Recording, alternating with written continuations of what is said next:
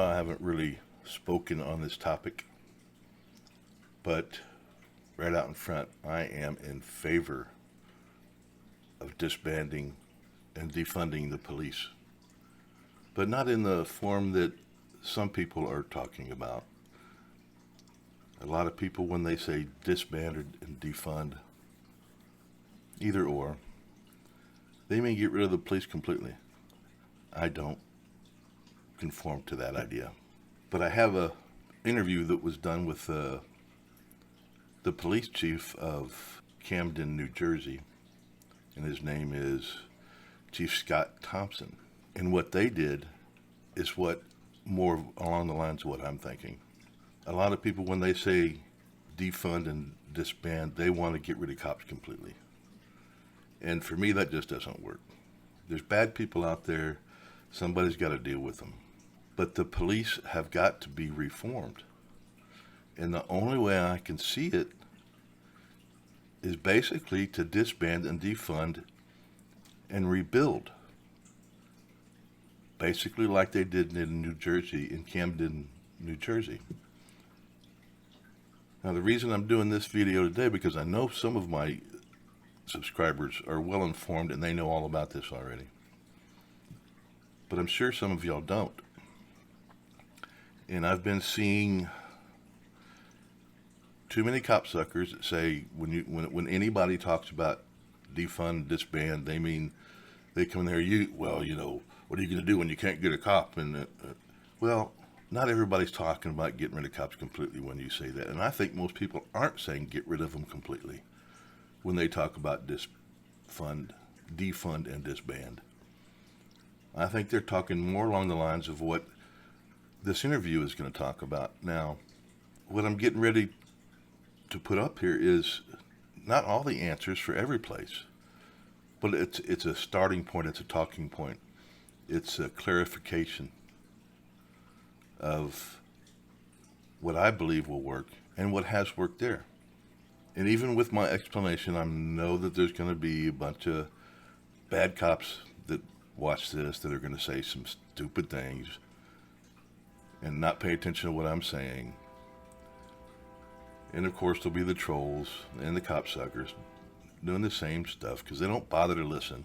Or when they do, they don't care. They're just here to troll and make stupid comments. And the stupid comments are kind of funny sometimes.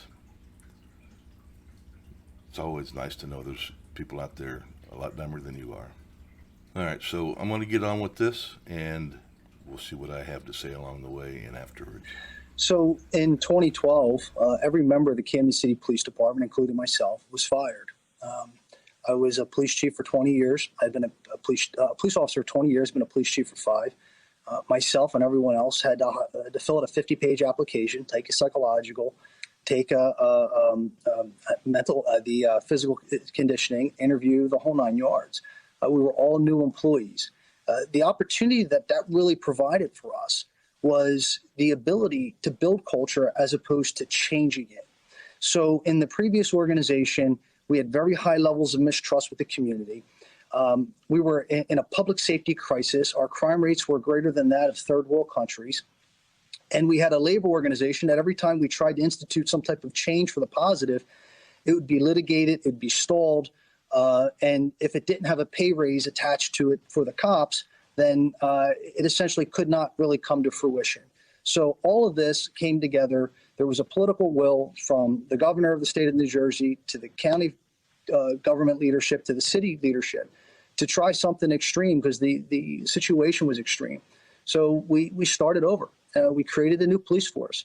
We created a police force where the philosophy was going to be the empowerment of the community before enforcement of the law. We would bring on every member of the organization, and we wanted them to identify more as a member of the Peace Corps than being a special forces operator, and that we would reclaim these city streets in a manner in which we were empowering the people so that they would be able to reclaim it, as opposed to us militarizing the neighborhoods and thereby polarizing the community even further. We've reduced murders by more than 70%. We've reduced violent crime by 46%.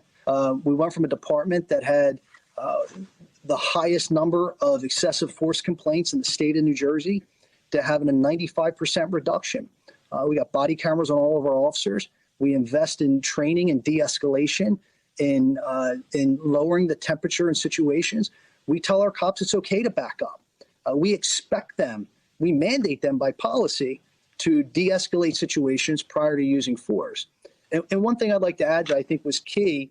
That is something very important and very rare in the police departments across this country in this day and age.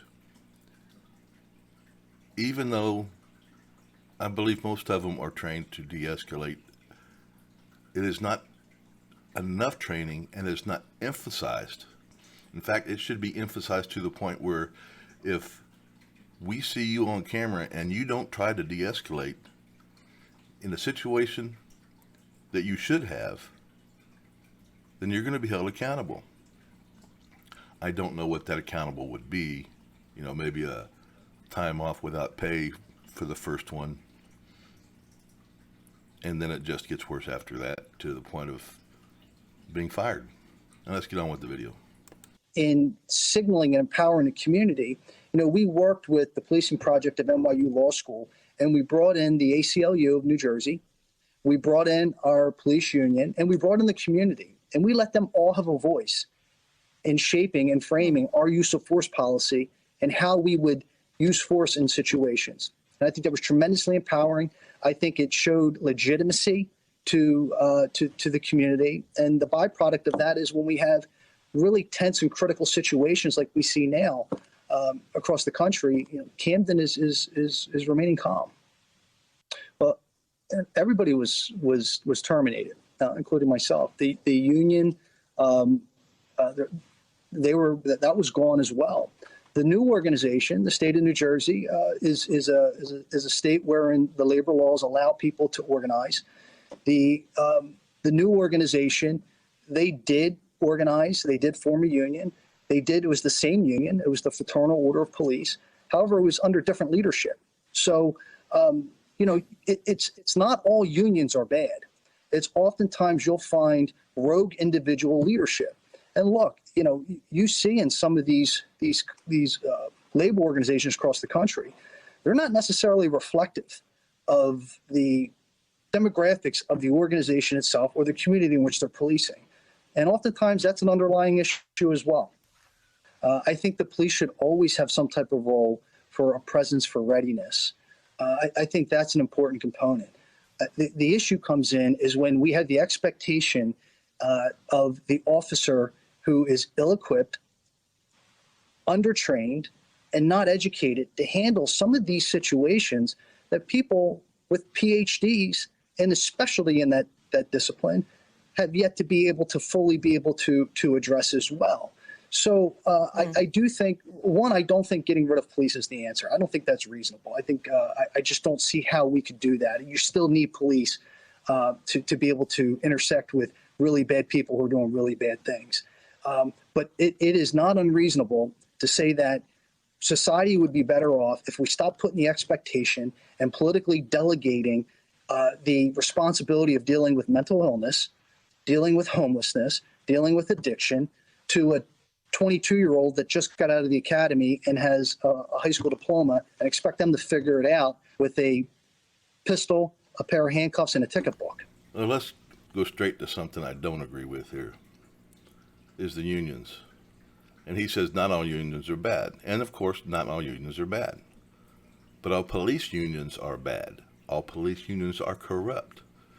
And any city, town, state that has a union, even if it's been defunded, disbanded, and rebuilt, is going either still corrupt or will be. And as far as I'm concerned, that's just a fact. Unless something is put in place where you can kick them suckers out of there on a moment's notice, and even then, I could be wrong, but just get rid of the unions completely. Or minimize their power to the point they can't participate in unions, I mean, they can't participate in politics, voting. They can't donate. Maybe limited to where their fundraising that can only go to, say, helping a police officer and the family if he's hurt, helping the family if the police officer is killed, but nothing else. No paying for the lawyer fees when a cop's gone rogue and got caught and was held accountable. Severe limitations might help. I'm just not convinced it's the answer. So I would prefer just get rid of the unions completely. Some other things in there that probably ought to be further into depth, and I'm sure many of y'all will have other things that weren't answered in this video, but this is a starting point. This is a talking place. If nothing else, just to help kind of clarify and get my subscribers to know where my head is on this situation. I'm sure my little channel, they won't pay any attention to me, but I can try to get in touch with somebody like the police chief maybe, who can go further into depth on this. But I'm sure even with the reforms there, they'll look at my channel as cop hater and they won't want to talk to me. But I don't hate cops. I hate bad cops. And I hate police unions because they're all bad. Anyway, maybe I can find somebody that can go further in the depth on this than I can right now. But like I said, this is a starting place, and so I'm just going to leave it there for now. And let me know what y'all think in the comments. The good and the bad about this. You know, if you see something good, you see something bad, you know, let me know what you think. Maybe if I can find somebody that is more knowledgeable about this, then some of the comments in there can help me kind of direct what needs to be covered and, you know, and what needs more answers. Well, anyway, this is PNP News. I'm out of here. Y'all be safe. See y'all next time.